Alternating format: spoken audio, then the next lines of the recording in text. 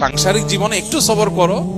ননদ জ্বালাতন করে, দেবর জ্বালাতন করে, উল্টা পাল্টা করে, অন্যায় করে, ওরা অবশ্যই অন্যায় করে, কিন্তু তুমি সবর করো।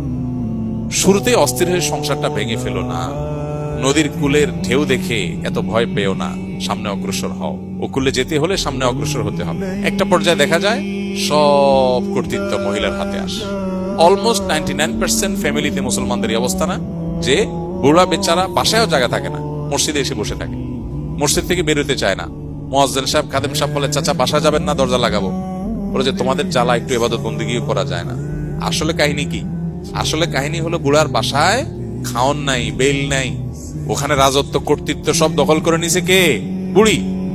এখন বুড়া কি করবে? মসজিদে এসে বসে থাকে, চায়ের দোকানে বসে থাকে, বেল নাই, ভেতরের জগৎটা টোটাল বুড়ির। বুড়া যদি লাইনে থাকে তো আলহামদুলিল্লাহ, বেলাইনে থাকলে দৌড়ের উপরে। ঠিক না ঠিক? আহা, কত সুন্দর। আর যাদের মধ্যে দিন নাই, ইসলাম নাই, আল্লাহর বিধানের বাইরে যারা নিজস্ব বিধান তৈরি করে নিয়েছে, তাদের করুণ পরিণতি তাদের সমাজে আপনি কান পাতলে প্রত্যেকটা সংসার থেকে আপনি গঙ্গানি শুনতে পারবেন। তাদের বেদনা, ব্যথা, ভালোবাসার অভিনয় আছে, শুধু মুস্কি হাসবে, এটা গিফট করবে, ওইটা গিফট করবে, কত নাটক, কত সিনেমা, কত কিছু, ভেতর থেকে কিছু নাই। আল্লাহ তাআলা আমাদেরকে বোঝার তৌফিক দান করুন। দিন এবং ইসলামের বাইরে কোথাও শান্তি নাই, থাকতে পারে না, বাহ্যিক চাকচিক্য থাকতে পারে।